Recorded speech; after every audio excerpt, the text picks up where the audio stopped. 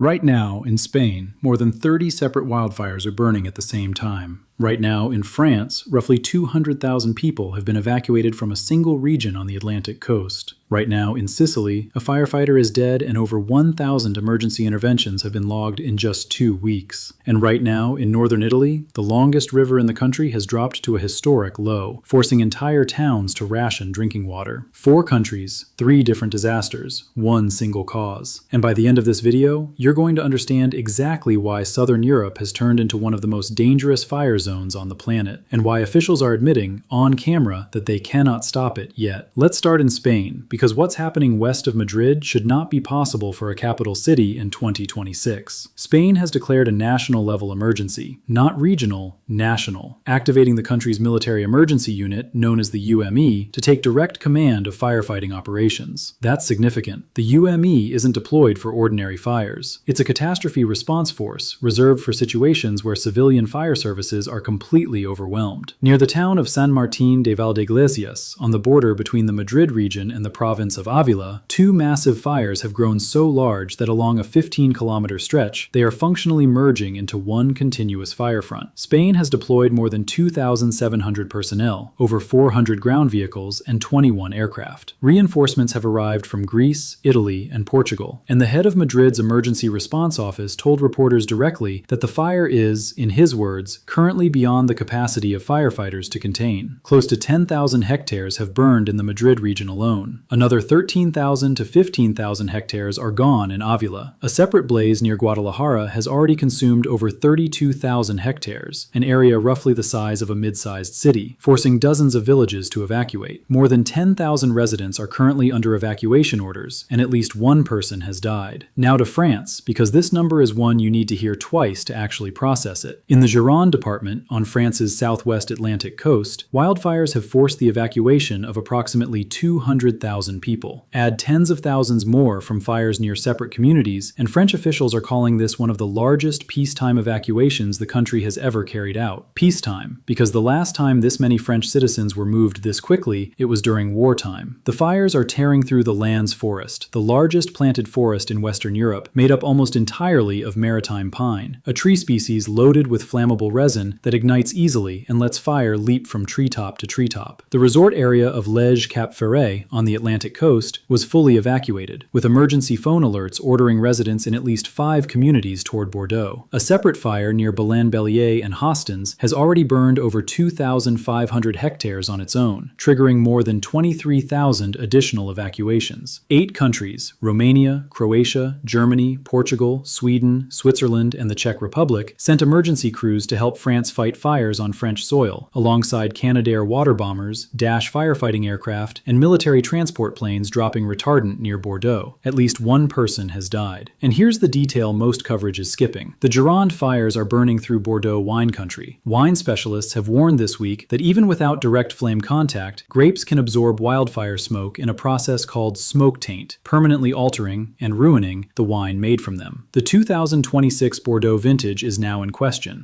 Then there's Italy, where the crisis is splitting into 2 completely different disasters happening on 2 ends of the country. In Sicily, more than 1,000 separate firefighting interventions have been recorded since the middle of this month alone. A firefighter died battling a blaze near Catenanuova. Large active fires near Cinisi have burned over 6,500 hectares. Near Resutano, more than 3,000 hectares more. Sardinia is dealing with its own fires, including one near Aglientu that forced beach evacuations and closed coastal roads. Meanwhile, in northern Italy, the Po River, the longest river in the country and the water source for millions of people and thousands of farms in the Po Valley, has dropped to record low levels. Towns in the Piedmont region have introduced fines for anyone caught using drinking water to wash cars or water gardens. One of the wealthiest industrial regions in Europe is rationing water in the middle of summer. So why is this happening in 3 countries at once? It comes down to one atmospheric pattern, a stalled heat dome sitting over southern and western Europe, combined with a multi-month drought that has left vegetation critically dry. Here's where the science actually matters. Fire risk doesn't rise in a straight line as vegetation dries out. It rises almost exponentially. Slightly dry vegetation is still hard to ignite, but once moisture content drops below a critical threshold, that same vegetation behaves like stacked kindling. According to fire behavior researchers, a single spark, a discarded cigarette, a spark from machinery, even a piece of broken glass focusing sunlight, can ignite fuel that's been drying for months, and the resulting fire can spread through it 3 to 5 times faster than through moderately dry brush. Add wind, and containment becomes almost impossible. When wind direction shifts, a fire break that was protecting one flank of a town can suddenly end up behind the fire instead of in front of it. The fire jumps the line. New fronts open. Crews that were holding position have to relocate entirely, and in the time that takes, the fire can advance by hundreds of meters. This is why Spanish, French, and Italian officials keep repeating the same sentence this week. They cannot guarantee containment until the wind and heat actually change, and the forecast says that's still days away. Now, here's the comparison that puts this crisis in perspective. Compare this week's fires to the 2017 Portugal wildfire disaster, still one of the deadliest fire events in modern European history, with over 60 deaths in a single weekend. That fire killed so many people specifically because it moved through a rural, low-density area faster than warnings could reach residents, many of whom were trapped in their cars on narrow roads. This week's fires in Spain, France, and Italy have burned a larger combined area than the 2017 Portugal disaster, yet the death toll so far, tragically, at least 2 civilians and 2 firefighters, is dramatically lower. Same category of extreme fire behavior, wildly different outcome. The difference isn't luck, it's evacuation infrastructure. Emergency phone alerts, mandatory evacuation zones enforced early, and international mutual aid arriving within 24 to 48 hours meant hundreds of thousands of people were moved out before the fire reached them. It's the clearest real-world lesson in this entire story. Early evacuation orders save lives, even when they force people to leave homes they may never see standing again. Let's address the misinformation circulating around these fires, because it spreads fast every time a disaster like this trends. Claims are already appearing online that these fires were deliberately started as part of some coordinated plan, sometimes framed as land-clearing conspiracies, sometimes tied to vague claims about engineered disasters. There is no credible evidence supporting a coordinated ignition campaign across 3 separate countries. Spanish, French, and Italian fire investigators have each pointed to a mix of causes consistent with a severe drought year: agricultural equipment sparks, downed power lines, and in a small number of cases, arson investigations tied to individual, unconnected incidents, not a synchronized plot. The scientific explanation is far less dramatic and far more supported by data. Record-breaking heat, months of drought, and dry vegetation across a huge geographic area means multiple independent fires are statistically far more likely to ignite around the same time. That's not a conspiracy. That's what climate scientists have been warning would happen as European summers get hotter and drier.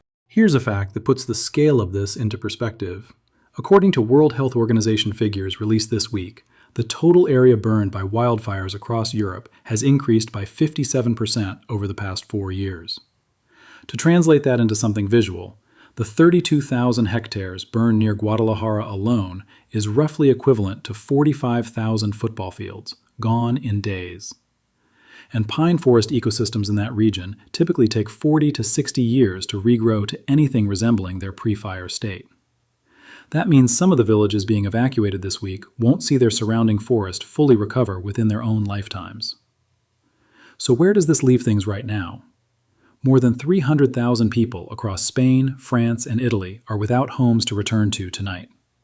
Firefighting crews from at least 11 different countries are working through the night in conditions where the air itself is hazardous to breathe. Military aircraft are dropping retardant over forests that were tourist destinations 2 weeks ago.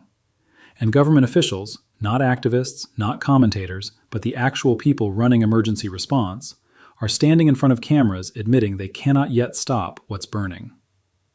European authorities have warned that extreme wildfire danger could persist through the end of August. This story is not over. It is, if anything, still accelerating. If you live in Spain, France, Italy, or anywhere in Southern Europe right now, here's your action checklist. Number 1. Follow official evacuation orders immediately. Don't wait to see how the fire develops before deciding to leave. The people who left early had time. The people who waited had to be rescued. Number 2. Keep a go bag ready during fire season. documents, medication, phone charger, and a change of clothes, packed and by the door. Number 3. Sign up for local emergency alert systems if you haven't already. Most regions in these countries offer free SMS-based warnings. Number 4. If evacuation orders arrive, close windows and doors before leaving to slow smoke and ember infiltration, but do not delay your departure to do so. Number 5. If you're outside the fire zone and want to help, donate to established, verified disaster relief organizations operating in the affected regions. Recovery here will take years, long after this story leaves the headlines. Have you or anyone you know ever had to evacuate because of a wildfire or natural disaster? Tell me in the comments. I read every single one. If this video helped you understand what's actually happening in Europe right now, hit like and help us reach 10,000 likes on this one, and make sure you're subscribed with notifications on, because this story is developing fast, and Infinity Alert will be covering it as it happens.